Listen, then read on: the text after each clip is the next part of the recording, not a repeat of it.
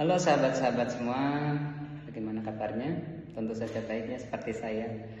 Oke, di sini kita akan sedikit mereview RPS yang saya buat dengan judul Tayamum.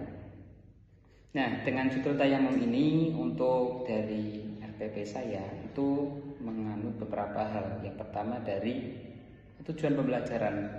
Untuk tujuan pembelajaran dari pembuatan RPP Tayamum ini adalah supaya peserta didik kita itu bisa mengamalkan, bisa mempraktekkan, juga bisa mengetahui tentang teorinya, apa saja yang membatalkan, apa saja yang bisa menyebabkan kita tayamum dan sebagainya. Untuk alokasi waktu dari saya sendiri mematok dalam satu kali pembelajaran itu ada 1 kali 35 menit. Nah, 35 menit ini dibagi menjadi 3 sesi. Yang pertama adalah sesi pembukaan yaitu 5 menit. Kemudian 25 menit itu untuk pemaparan, entah itu dari penyampaian materi ataupun langsung ke praktek dan sebagainya.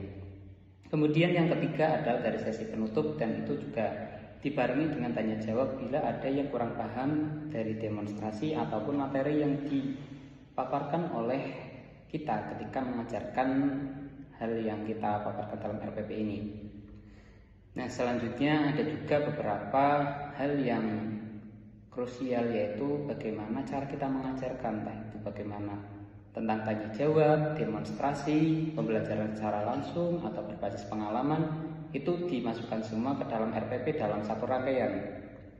Nah, itu untuk sedikit pemaparan tentang RPP yang saya buat. Untuk materinya tentu dengan tayamum, dengan dibarengi dengan teorinya, hal-hal yang bisa menyebabkan tayamum. Kemudian hal yang berkaitan dengan materi, yaitu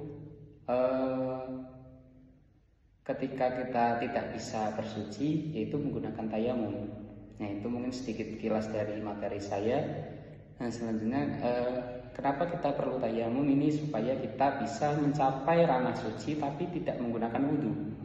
Nah, ketika kita menggunakan tayamum itu tentu juga mengesahkan, tapi juga ada beberapa hal yang membatalkan yang nanti dipaparkan dalam RPP. Nah, itu sedikit kilasan dari saya mengenai RPP. Nah, dari tayamum ini kita belajar bahwa ketika kita untuk mencapai satu hal itu tidak harus melalui satu jalan, bisa dengan menggunakan jalan lain. Ini cukup sekian dari saya. Selamat menyaksikan.